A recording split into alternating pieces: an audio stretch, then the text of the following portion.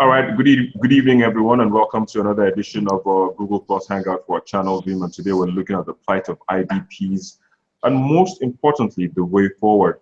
I'm being joined by a host of beautiful ladies from around the world. Let's start with Amina. Kindly introduce yourself and tell us where you're calling from. Hello, my name is Amina Ahmed El Imam. I'm speaking with you from Nottingham in the United Kingdom. It's good to be here. Sure, nice to have you as well. Thank you. We also have Jalia. Can you introduce yourself as well? Hi, I am Jalia Bello. I'm speaking to you from Coventry, United Kingdom. Thank you for having me. Sure, you're welcome. It's a pleasure to have you as well. And then we have Juliet. Juliet, kindly just put a few words about yourself out there for us. Yeah, thank you, Victor. My name is Juliet Kego Umonyido, and I'm speaking with you from Toronto, Canada. All right, it's a pleasure to have all of you here on board. So let's go. First, I came on the Hangout at first, so you should set the ball rolling. You were as prompt, not as a Nigerian, but then let's put that aside and face the main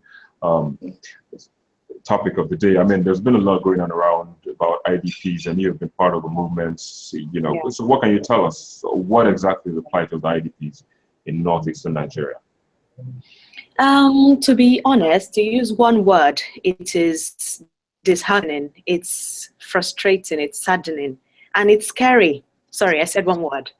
The problem with the internally displaced people is that the numbers keep growing. And why do the numbers keep growing? Because previously hard to reach areas are being liberated now from the crisis. So more and more people are coming out, and we still haven't yet grasped the full scale of devastation that is being witnessed in the Northeast. And what scares me is when people with vast humanitarian experiences from Syria to Sudan, you know, like UNICEF, the World Food Program and other agencies, when people with that kind of experience describe the crisis in the Northeast as a severe humanitarian disaster, similar to nothing they've seen before, it gives me the chills and makes me realize everybody needs to do whatever it is we can to help these people as they are being liberated from the crisis area. All right, that's really not a good way to describe what is happening, and I understand your feeling, but then, Jalia, let me also come to you. I mean, in addition to what she said, what can you tell us about these people living in the northeastern part of the country?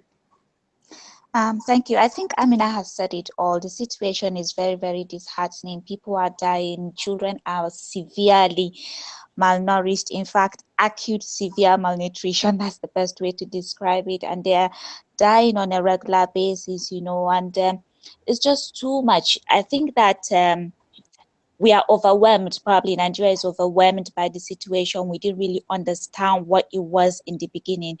And then suddenly we have these, good, you know, military men going into the bushes, fighting off the terrorists. And then we get to see lots of people actually hiding in these bushes, you know, already hungry and suffering from preventable diseases as a result of malnutrition.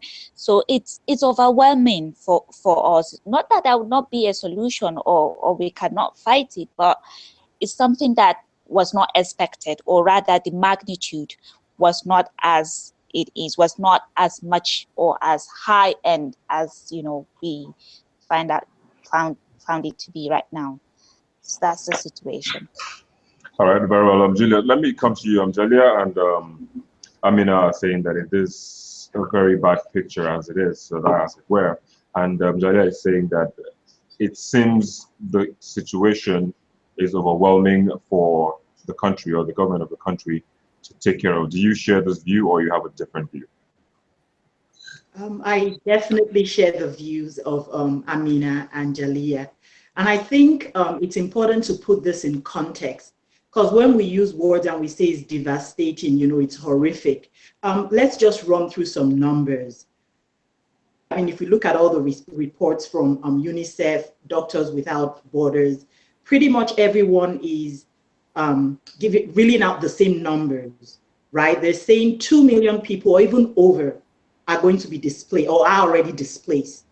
500,000 people, you know, I mean, these are people that they're saying this year are facing malnutrition.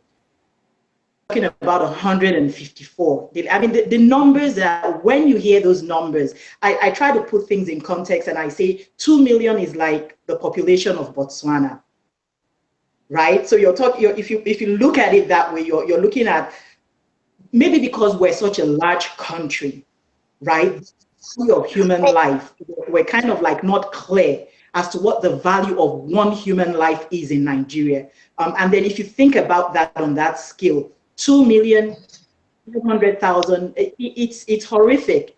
And again, as Leah and Amina rightly said, these things are not, they are not unsurmountable, right? The first step is the acknowledgement. We need to get to that point where, and I think that's what the citizen-led initiative is, to get to a point where people, we want Nigerians to understand the severity of what's going on. Let's start there first.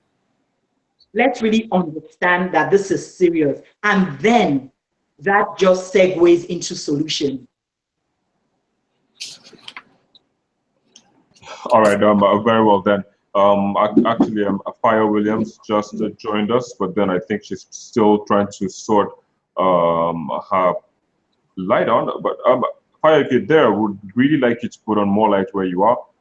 If you can't, then just use your profile picture. That should do okay. But just before we continue as well, Juliet, if you could drop your phone a bit, if you drop it, bring it down a bit, yeah, that makes a lot of sense. Thank you. Yeah, sure, you're welcome. All right, so I mean, let me come back to you. She spoke about this citizen-led initiative that has been going on for a while. Yes. I mean, it is designed strategically, so to speak, now to help or alleviate the feelings of those, you know, the 2 million people that you have already talked about Yes. earlier on. So just shed a bit of light on what actually this is about. It's a group of people who are concerned. Everybody, I assume, is concerned, but to different extents, and we're all helping in different ways. But this initiative is a coming together of people who share the same beliefs and concerns about the IDPs and the crises in the Northeast, specifically in the epicenter, Borno State. All we want to do is put our minds together, put resources together, try to get more people to join us, the more the merrier, and raise funds, create awareness of the severity of the crisis in the Northeast, and look for palliative measures. We are not trying to change the world, literally. We just want to help people, one person at a time, one child at a time, and we just believe it will be a big shame. It will be a blight on the consciousness, on the morality, on our collective consciences if our kinsmen, our fellow compatriots, our fellow humans escape what could potentially be the worst crisis they've ever experienced in their life, only to come and die of malnutrition in a land of plenty. Because, believe it or not, Nigeria is not a poor country by any index. We've got the resources, either human or natural, to help our kinsmen in desperate situations. So we want to do that, and we started. We started by coming together, working on modalities to ensure that we have one goal: help as many people as we can, educate people first, lift them out of the dire need, which is malnutrition. Up to 50%, 1 in 2 children is severely malnourished among the newly liberated people in Borno State. We want to solve the malnutrition problem. We want to provide them with consumables that will help restore human dignity. We're talking about sanitary ware, you know, health and safety products, day-to-day needs, and then empowerment. Educate these people in the basic things that they can use to, you know, help themselves in the future. In other words, provide sustainable assistance to them, such that long after this program is gone, long after this crisis is resolved, they can get their lives back on track as much as it's possible, given the unfortunate circumstances. So that's what this entire program is about. That's what we hope to achieve, and that's what we're working desperately to achieve amongst every one of us. All right, very well. Jalia, let me just come to you as well. I mean, she's talked about what's the movement seems or hopes to achieve. But then a lot of people will be concerned because there has been instances or cases. Sometime around, we had figures of how much international agencies have donated to the plight of IDPs, yet they're still where they are. In fact, there are even cases of, or a video even flying around of camp officials diverting some of these materials. I mean, a lot of people will be thinking now, how do we move past such occurrences? How do we make sure it doesn't occur again? Hold on, please. All right, go on. If you Thank can you for the question. If you can be static, that would be amazing. Sorry? If you can be static, just swinging your chair. Oh. All right, go ahead. Okay, thank you for the question. Victor, is very, very important, actually, and I'm happy you raised it. Do you know that Nigeria has a policy on internally displaced person from July 2012? This policy is just drafted, it's not been adopted yet. And this is the reason why we have room for mismanagement of resources, because there is no legally binding policy on the assistance and protection of the IDPs. This is something that has been in process since the UN General Assembly of 1998, where there was a discussion about, refugees, about IDPs, and taking that forward, there was also the ECOWAS, meeting that was held in 2006, which was to it was about refugees, returnees, and IDPs, all of that.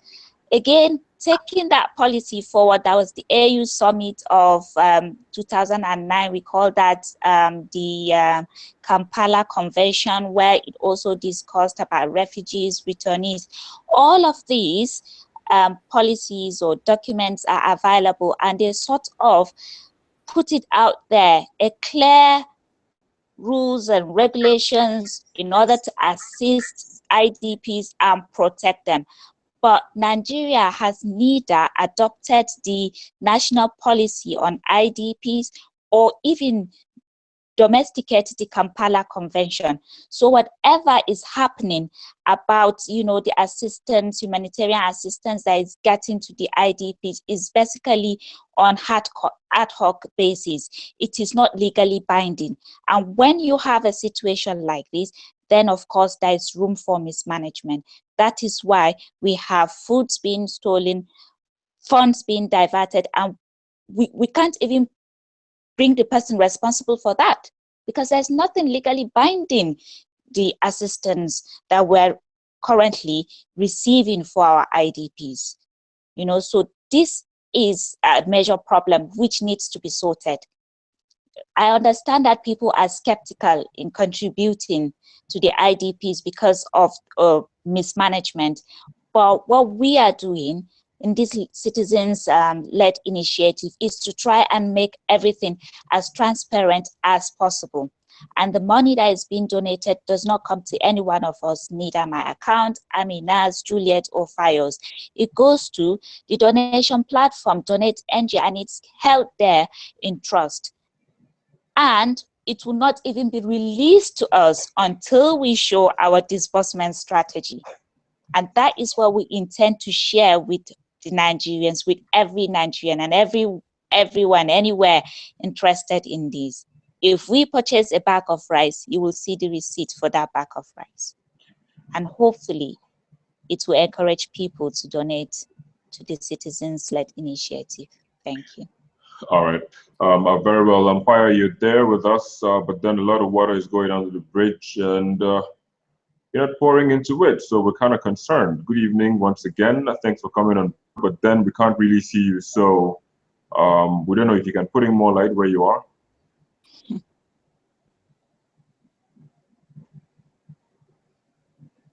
Okay, still not good enough. Can you turn around, because it seems the light is behind you and it's making, yeah, if you can. Okay, this is a lot better. But yeah, this is a lot better.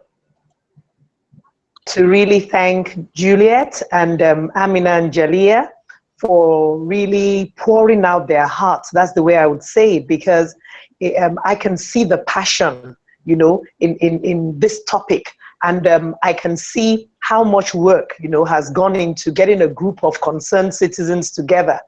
My own contribution would be coming from the private sector angle to see how we can get more help. I know that, for instance, some members of the Chambers of Commerce, the Lagos Chambers of Commerce, have had the opportunity of visiting the IDPs. And just as Jalia said, a lot of corporate organizations are wondering if we donate money, would it go into private pockets? So the transparency that we have started with this initiative, you know, holding the money in trust and making sure that it's fully accountable, we have to let corporate Nigeria know that this is an initiative that is citizen-led, that is not the typical government kind of response. So my concern will be, number one, how do we raise more awareness? And what comes to my mind is what we had when we had We Are the World, you know, this song by the Michael Jacksons, and you know, everybody put their thumb on it, and we saw how much awareness was raised with that kind of theme song. So I am suggesting that we reach out to the topmost artists in this country to help us to come together and raise awareness to the plight of the IDPs. Everybody must hear. It must be throughout the social media, get into the conscience of people in government. They must begin to hear that message repeatedly until they realize that the goldfish will have no hiding place. Whatever money is being brought in, like the 16 billion donated by the German government, must be spent judiciously.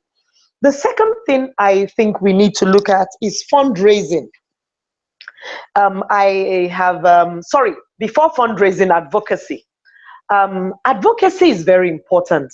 Sometimes, you know, the government may not be fully aware of how much rot is in the system, what is going wrong. For instance, we heard that story of sex for food. That was really painful, you know, for gender advocates and for the whole nation, because I believe we all are the conscience of the nation, whether male or female. So we need to improve our advocacy, let government know and hear that a lot of citizens are concerned about diversion of food, diversion of resources, and non-arrest and non-detention of those courts, you know. So we need to get that drummed into, you know, every echelon of government. That is the number 2 point, which is advocacy. And then the third point will now be a concerted strategy for fundraising. And we're not raising just money. You know, you can actually have some organizations donate in kind. You know, the IDPs would need call centers. They would need to do businesses based on telecommunications, some based on catering, some based on farming. So we could have some implements, we could have seedlings, we could have all kinds of donations, provided donations are well channeled. So I think that with all this in place, we could really be tapping on a solution, because as Amina and Jalia have said, a tragedy for us to have people dying of malnutrition in a country like Nigeria, rich in human, natural, and financial resources. We still have some financial resources, even though the price of oil has fallen, but we still have enough to be our brother's keeper. And I think I would like to listen to the feedback from some of my colleagues on this. Thank you.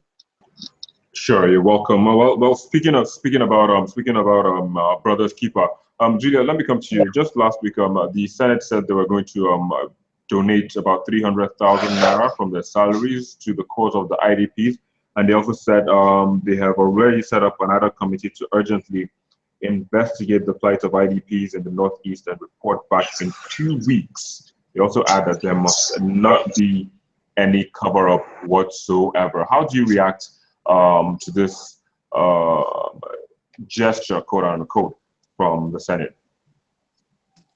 Victor, thank you very much. First of all, I mean, with all things, there is gratitude that at least an action is being taken. First of all, gratitude that they donated something. They donated 300,000 each, like you rightly said, and then they've set up this committee. But I want to echo again my colleagues, Fayo, Amina, and Jalila, to say that whatever it's being done now, whether by the federal government at the state level or the Senate, the National Assembly, the situation on ground, the reality, I like to say the evidence that we have on ground clearly shows that not enough is being done. Mm-hmm. That's the gap that I really want to talk about, because I think the thing too is that in Nigeria, we're so used to misprioritization. We don't treat things as urgently. And this is the heart of this citizen-led initiative, to say, wait a minute, if the government fails us, are we to also fail ourselves? The power resides with the citizens. It is, I think it's a sacred duty for us to hold accountable those we've elected to serve us, because that's what it is. So I realized after the donation by the Senate and that committee that they set up, the ad hoc committee, there was a lot of talk, like online, offline, saying, oh, you know, people patting them on the back and really saying they've done something, I think they did something extraordinary. Like I said, thankful that it took an action step, but now more importantly is to say, in terms of the donations that they gave, I want to be an Olivier Twist to say, in light of the revelations that are coming up, right, in terms of what the senators earn, in terms of all the corruption that's plaguing our system, we can do better. We really can. We're not doing enough. Our representatives are not doing enough. This to me represents, it's so tragic that it should be a national emergency. We don't see that. We don't see a Senate or House of Representatives sitting on this issue as if it is what it is. They're treating it like every other thing. Okay, they've set up this committee. Our role now is to monitor, to see what it is, what are they going to do? What's the modality, first of all? I love how Fayo raised those points, because we all deal with different projects, like in the different continents that we're in. The best practice is, you've set up this committee. This committee has to be transparent, right? The 2 weeks of going, we don't want 2 weeks that's wasted. I reeled out those numbers at the beginning. People are dying per hour. Children are dying per hour. So this 2 weeks, it has to be used well. Be transparent. You know, the transparency helps everyone. We're in a system where accountability is seen as, you know, as if you're an enemy of government. But accountability is the tool of governance. That's what holds the governed and the leaders, right? So we need the Senate to be transparent, to say these are the modalities, like this is the protocol that we're using for this investigation. On the hierarchy, we're going to be talking to the government officials, we're going to be talking to NGOs, we're going to be talking to, you know, international bodies, we're going to be talking directly with the IDPs. We don't want an investigation that's going to be third party, this person coming to give a submission, and we have the typical, you know, almost like a comic drive that we're used to. We want this to center around the people that are the victims. For instance, we've heard of horrific tales of girls being forced, and women actually being forced into prostitution. That's abuse. Some of the abuse is even by the government officials, right? In those camps. Now, a lot of the reports that we're getting is that a lot of these young ladies and women are so afraid to report those government officials. So what we're saying clearly to the Senate and this ad hoc committee is you need to provide protection. You need to create safe spaces where every single IDP knows that the government has their back. And then they can come forward and really share. They are the ones that are experiencing this, right? No other person can tell them these stories. No other person can tell their story, even all of us on this panel, no matter what we're doing to help. We don't know what it is they're going through. We can only imagine. Let them be the ones. I mean, if Nigeria were really the country that it should be, right? We'll be having real sessions where these people are coming forward to really tell us what is happening. And this is my thing for the Senate. I'm hoping that the Senate does a good job. I'm hoping for transparency. I'm hoping for urgency. Beyond the report, beyond the investigation, we need fast-tracked actions. The federal government has set up this inter-ministerial committee, right, liaising with the UN to see if they can now start some urgent intervention. We're beginning to see signs of that, trickling in. But like I said, the reality is what it is. And based on that reality, we need to do more.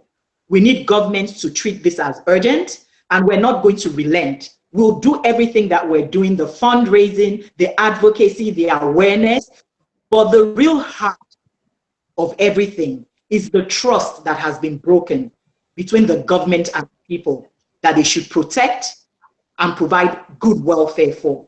These people are not beggars. These people are not rejects. These are brothers and sisters. Sometimes I just imagine, I imagine myself. So if I was to be attacked by terrorists, displaced, is this how I'm going to be treated? Is this how my children are going to be treated? And that's the reality. We keep thinking it's happening to others, and sometimes even the term, when we say IDPs, I tell people, sometimes let's break it down. These are human beings. These are fellow citizens like you and I. All right. So this is, I guess, in a nutshell, the Senate has to do more, and we're watching to see exactly what they're going to do. All right. Like you said, we're watching. We'll keep those eyeballs on the Senate, but then let's even look at the issue of empowerment, because we're almost running out of time, so we could make this as quickly as possible. Let me come to you. Let's look at empowerment. I mean, going beyond distributing materials or relief materials to the IDPs. What could be done to make them self-sufficient? Because you can't keep donate on a daily basis. What can you be doing, or what could be done, to make them self-sufficient? Thank you very much for this question, and it is one that is very close to my heart, because Sorry, in my experience, just hold on a bit, please. I'm trying to sort something out here. It looks like your mic is on mute. Is what? Seems like your mic is muted. You muted it, but I've unmuted it. Can you hear me now? Yeah, I can hear you, but it's still giving me the red sign, so I want to be sure it's on. Yeah, it's on. Okay, go ahead. Talia, can you hear me? Yes, I can hear you. Yeah, okay. Okay, go ahead. So do I continue? Yes, please.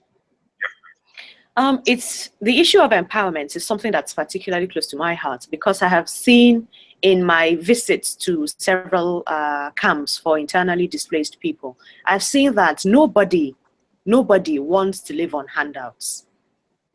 We are not a nation of people who have the sense of entitlement. I'm just going to sit down and somebody else will come and feed me. We are Nigerians. We are industrious. We are hardworking. We have our pride and dignity. Being an internally displaced person is just something that happened to you. It's not part of your genetic makeup. It's not who you are. I want the dignity they had to be preserved for many years after this incident. And the best thing you can do is give them a skill. It might be too late now to tell a father with 5 children who have escaped crises to go and learn the basics of physics and chemistry, or government and history. So education might be out of the way now for them, but we could teach them skills that will provide food for them, provide education for the children, and restore their dignity. There is nothing as dignifying as earning your own bread and making sure you live on your own and you're responsible for yourself. We plan in this initiative to teach them soft skills, not exactly soft skills, but easy to acquire skills that they can use to get a livelihood for themselves. Majority of them are used to be farmers, but now because of the problem of relocating them and then getting land for them and how long it takes for them to cultivate crops, sell, and then earn a living, we were thinking in the group that maybe if we could teach them quick skills like soap making for the women, tailoring, embroidery, what we call aiking hanu in the northern parts of the country, where they do needle and thread embroidery on clothing, cap making, even cosmetics, and a lot of other skills that, you know, we could immediately transfer to them with the help of trainers and with some teaching, coaching, guidance, and some mentoring, actually, to let them get back into earning a living. And then when we do this, we are sure that we provided food for them just to tide them over in this critical period of their lives. But we know 10 years down the line that they would have learned and benefited something from this initiative that they will use to now raise their kids and their and future generations from, can you see me? Oh, I'm sorry. Okay. And raise their kids and make sure something like this does not happen again. So several other skills are being considered. In fact, a few days ago, we had our tweet chat, which we hold every Saturday at 7 p.m. with the hashtag Save Borno IDPs. And we were soliciting more ideas for empowerment, because to me, teaching someone to fish is the best gift you can give them. We're just providing the high energy foods and immediate succor to them to tide them over after several months and years of captivity and nutritional deficiencies. All right, very well. Fire, anything you'd like to add to what she said in terms of empowerment? First, thank Mina. That was really well said.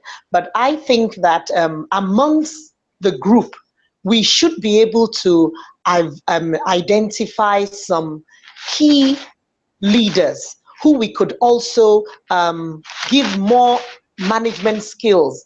So it's like a train the trainer thing. So there'll be a bit of peer education amongst them, because we will be able to identify some who had been teachers, who had been entrepreneurs, who were business people in their own right, who can actually mentor, so to say, some of the other IDPs who will just be learning some vocational skills, some crafts, making sure they're financially literate, they're running their businesses properly, and so on and so forth. So I think we really need to sit down and have a strategy so that we can have a kind of cascade of training. We identify those who can be trainers, who will be able to speak the language that the IDPs understand. And then we give them more knowledge, more skills, and then we can also train the population. These are brothers and sisters who are willing to work, because like Amina said, the average Nigerian is very entrepreneurial. And then I think that this initiative will go with a little bit of micro finance. We need to have a provider. We need to have those seed funds.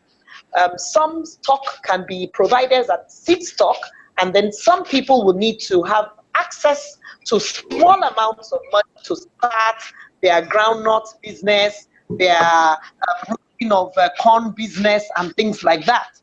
So we need to have a proper strategy for this to really make it work. And she's right, to teach a man to fish should be our ultimate. And definitely there's so much transactions that can take place even within the camp. And something like cosmetics, if we can teach the women to package shea butter and coconut oil and some other things, and it's labeled that this is produced by the IDPs, I tell you, that kind of product can go all around the world, and it would be patronized if it's well packaged and brought up to the right level, because a lot of empathy, is being shown towards them right now. So I think that that's a brilliant idea, which this citizen-led initiative should definitely take it up. Yeah. All right, thank you very much. Jalia, let me come back to you again. If you can hear me, kindly turn on your video. Jalia, are you there? All right, I guess we'll have to come back to you in just a minute. But then, Julia, let me come to you. Julia earlier talked about the plan, like the IDP plan, not being domesticated. So, if such a plan, which she also added that it was the reason why you have cases of people diverting, donations and all nuts. But if you don't have stuff like that, how do we prosecute those found guilty? Convicted, and that's such an important question, because it hits at kind of like what's causing the disconnect, right? Why are people not wanting to give as much or not as concerned? Because there's this general feeling of funds are being diverted, things that food that should have gone to them is taken away by even officials that should be protecting them, and there's nothing on ground, to prosecute those that are guilty, like you said. Now, the thing with this is, I look at issues. I say let's look at it from a logical level, right? If we're to wait for government to have everything in place, right, regarding prosecution and all of that, I just look at it in terms of the sheer number of people that would die while we're waiting. And the reason why I say that is that the IDP crisis is part of a bigger societal problem, right? We've not gotten law enforcement, even the judiciary, you see everything that's happening now recently. There's so much corruption, lack of systems and institutions, right, of strong institutions that we're currently experiencing. For me, I just feel this is an opportunity now for citizens to things that are important, right? The IDP crisis to me represents an opportunity. As horrific as it is, it gives us a compelling reason to now say, okay, we have a National Assembly representing us. Why hasn't, so and so been adopted, right? We have these people, they sit there every day and they're paid these huge salaries every month. What are they being paid that for? So when we talk about transparency, we now have a reason to say, when I tell people, know who your rep is, know who your senator is, know what it is you're pressing them on. To me, this is a hot topic, a topic of this gap that exists between what the international conventions that Nigeria is a part of, right? We signed to all these agreements, and then we're not adopting them, we're not localizing them, we're not enforcing them. Recently, the Medicines Sans Frontières, there's Doctors Without Borders, they said the response, government response to the IDP crisis represents one of the worst response that they've ever encountered. This is an organization that goes around internationally. For them to give such a damning verdict means that we do not have the institutions in place. So my follow-up to that will be, since the Senate has now set up this committee, I come back to that again because it's important. The Senate is now set up this committee to investigate all these lapses, all those things that we've all been complaining about. We want them to do a thorough job. I'm calling on all concerned Nigerians. There's so many people, like when we do the tweet chat every Saturday at 7 p.m., they raise that over and over again. Why should we donate? We care about this, but what's happening with the government? Why is there diversion of funds? We want people to take that outcry. Senate, when they do this investigation, we know all the names of the senators that are on that committee, and I guess we should even share that after this. We're going to share that with the Save Borno IDPs, that hashtag, so that people know these are the people that are on that committee. When they get their findings, lapses, if there are gaps, if there are things that they haven't addressed, we have to bring them forward. To say this is the things you should adopt. We need those laws in place. We need them to be localized. But while we're doing that, Fire raised an issue about and transparency and all. While we're doing all of this, let's not forget that every single day, children are dying. Mothers are dying. They are being forced to trade sex for food. You know, our young men are dying. So it has to be a multi-modal approach. While we wait for the things to be in place, we also have to do our bit as citizens. And let's not relent on transparency. Holding government accountable is really what we should really all be striving for in different ways. All right, very much. Very well. Jalia just came back again. I was just going to say that we should start wrapping up, but then just before we start the wrap up, Jalia, if you can hear me, are you there? Yeah. Yeah. All right. So you earlier made mention of you know, the conventions of which Julia just spoke about, them not being localized and all that, whatnot. You also said they are one of the reasons why prosecution has become, so to speak, now impossible. But even at that, how do we prosecute those who divert this material that have been donated by international donor agencies, well-meaning Nigerians, those who believe in the cause, and those who just feel that, okay, these my fellow humans shouldn't be living in such conditions while I have so much to myself? How do we move past the issue of not being able to prosecute those found wanting in that area? I think this is a very, very tricky one, because like I've said earlier, the lack of adopting the national policy on IDPs and also domesticating the Kampala Convention has made it possible to mismanage resources, because there is no legally binding policy on every assistance or protection that is being offered to the IDPs. So on this ground, it's really going to be difficult. You are Nigerian and you know how it is. There are a lot of ends to every situation, you know, when you start following this situation, trying to bring people to book, another thing comes up. So I think it's going to be really difficult for the government to be able to trace this, unless if they quickly do adopt this policy and quickly domesticate the Kampala Convention, then maybe they will be able to follow these guidelines and be able to either prevent this mismanagement from happening in the future, or sort of be able to actually bring people that have been involved in this mismanagement to book. I think right now there is a Senate committee that is being inaugurated in order to be able to identify. I'm gone.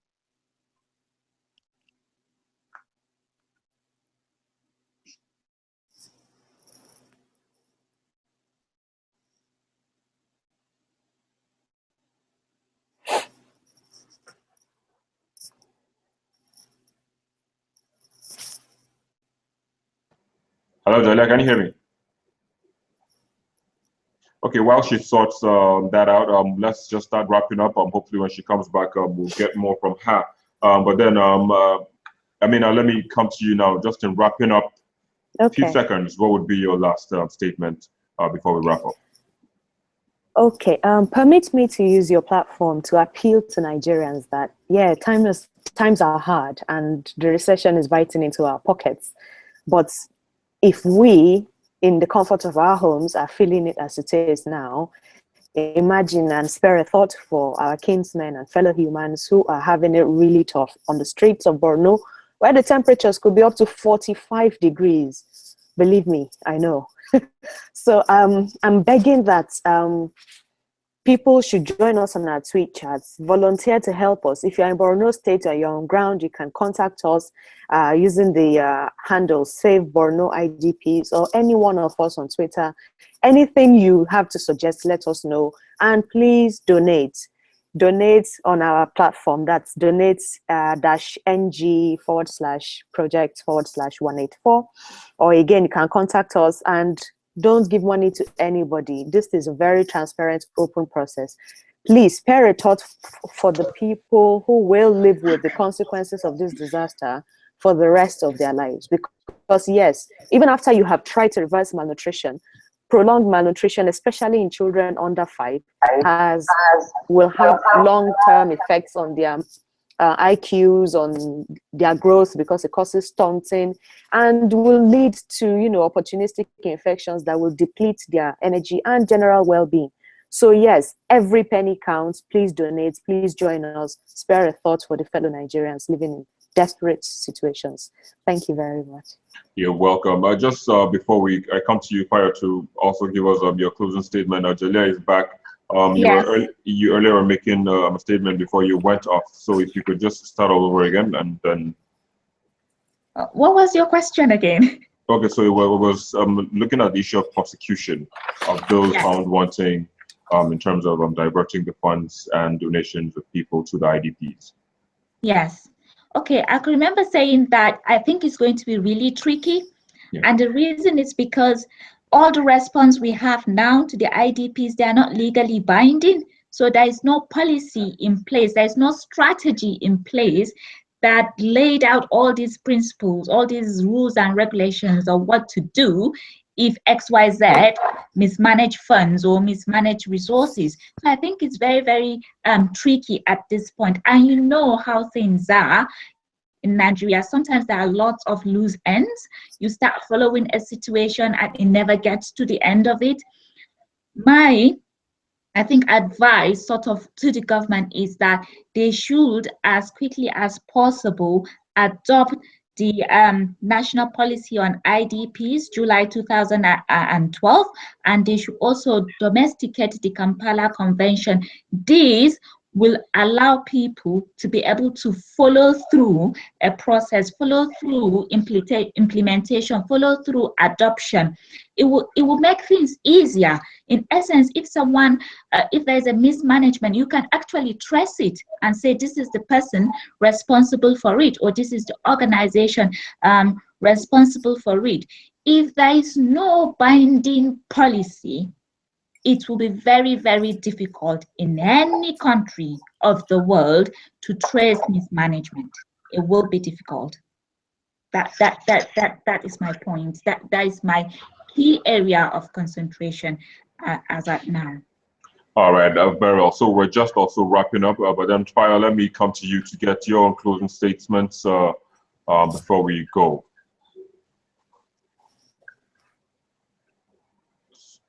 Lend my support again to what Juliet said about prioritization. Right now, we have this dire humanitarian crisis and people are dying. So I'm a member of the healthcare team, and from that background, I would say we need to move in to save lives. So we should have private citizens, corporate Nigeria coming together to realize that it could have been any one of us. So we need to move in nutrients, dense products. Some of the local foods, the achaponio, the finger millet, they are rich in a lot of the amino acids and a whole gamut of trace minerals and so on. So we need to move these products rather than just carbohydrates into those camps. So that would be my first priority. And then secondly, I would like to agree with Amina that we do need advocacy to get a proper policy in place. We need to domesticate the Kampala Convention and the resolutions that were arrived at that particular meet. And we should put as much pressure on government to get this in place. But having said that, we have NEMA. We have a committee on refugees. We have this interministerial committee that has been set up and the senatorial committee set up. So with all these committees in place, we should face the priority, which is getting food to people dying. It is a humanitarian crisis, and we all have to treat it as such. All right, thank you very much. Janelle, also, let me get your closing statement. I'm pleading with Nigerians. Let's take this as our responsibility, our social responsibility to help our brothers and sisters in need. Being internally displaced can happen to anybody. It just differs. Maybe the situation where you are displaced could differ, but it could happen to anybody. It could be because of urbanization. It could be because of flood. It could be because of conflicts like the majority of what we are facing right now. But please, we should consider these people as part of us. They are human beings first. Think of it. They are being separated from their families. They've lost all their social status, no matter how small it is, and this can have psychosocial effect on them. So we need to come together in order to help these people build their lives again. I was at a conference for refugees here in Methodist Church in Coventry, and I met someone, a Nigerian, who was an IDP for a week. He wasn't an IDP because of Boko Haram, an entirely different situation. And he told me his experience of spending a week being homeless. You know, it's sad. It could happen to anybody. We're just pleading, please, let's just join hands together and fight for our brothers and sisters. Let's take them out of this calamity, I will say, the most, I think, grievous humanitarian crisis right now in Africa is right on our doorstep, is in Borno State. Please, let's join hands together. Donate to save a life. Thank you. Sure, you're welcome. All right, Juliet, let's also get to hear from you before we wrap up finally. Thank you, everyone else, Jalia, Amina, and Faya, and just a host of so many other people. We can't even begin to mention names. I mean, I don't want to go into mentioning it, but just know that we represent a group of so many other Nigerians that are on board, that are already committed. They're working nonstop. They get on the chat every Saturday behind the scenes, and we want to thank everyone. But we also want to reach out to so many other people, you know, that maybe they're still sitting on the fence. They're not quite convinced yet, just because of all the things we've talked about, all the lapses, especially on the government side. We want to say, please, when the government fails, you know, at the different tiers, the different levels of government, we shouldn't fail ourselves as citizens. We should really stand, you know, in the gap for one another. And all faith teach this, you know, compassion and empathy. It's us saying we're human beings and we're recognizing our humanity. We want people, everyone, I believe everyone can donate something. It could be money, it could be your volunteer time, it could be the expertise that you have. It could even be advocacy. If you have a gift for advocacy, there's so many things that we need to be advocating for with respect to the IDPs. And we also, on a final note, we want to really talk directly to the Nigerian government, especially the Senate that set up this committee. Please, please do a wonderful job. Do this with some urgency. Let things be implemented right after. Let's not sit on this. And in terms of even teaching the IDP skills and getting them, you know, their dignity so that they can do things independently, we want people to have an open mind, you know, state-wise, individual, society. If there's a need or there are IDPs that are willing to relocate to other states, we should have that conversation, right? Some of them are not able to be resettled because some areas are still not safe. They are still being attacked. So if there's a need for them to be resettled in other communities, you know, we should have that conversation as Nigerians, to be open to it, not to resettle them into camps. I think that's a huge gap, but to resettle them as human beings. Okay. All right, very well. Thank you to all of you. Juliet Kego Ume Onyido, you're calling from Toronto, that's in Canada. Thank you very much for coming on board. Jalia, you're calling from Coventry, that's in United Kingdom. Thanks as well for coming on board. Fire Williams, you're calling from Nigeria's commercial capital. That's Lagos, Nigeria. Thanks as well for coming on board. And Amina Ahmed, thank you as well. You're calling from Nottingham in the United Kingdom as well. It's a pleasure to have had all of you on this platform and to share your thoughts and perspectives on the plights of the IDPs and most especially talking about the way forward. But then that's where we have to wrap it up on this edition of the program. My name is Victor Matthias, and it's a Google Plus Hangout for a Channels Beam. Thank you, Victor.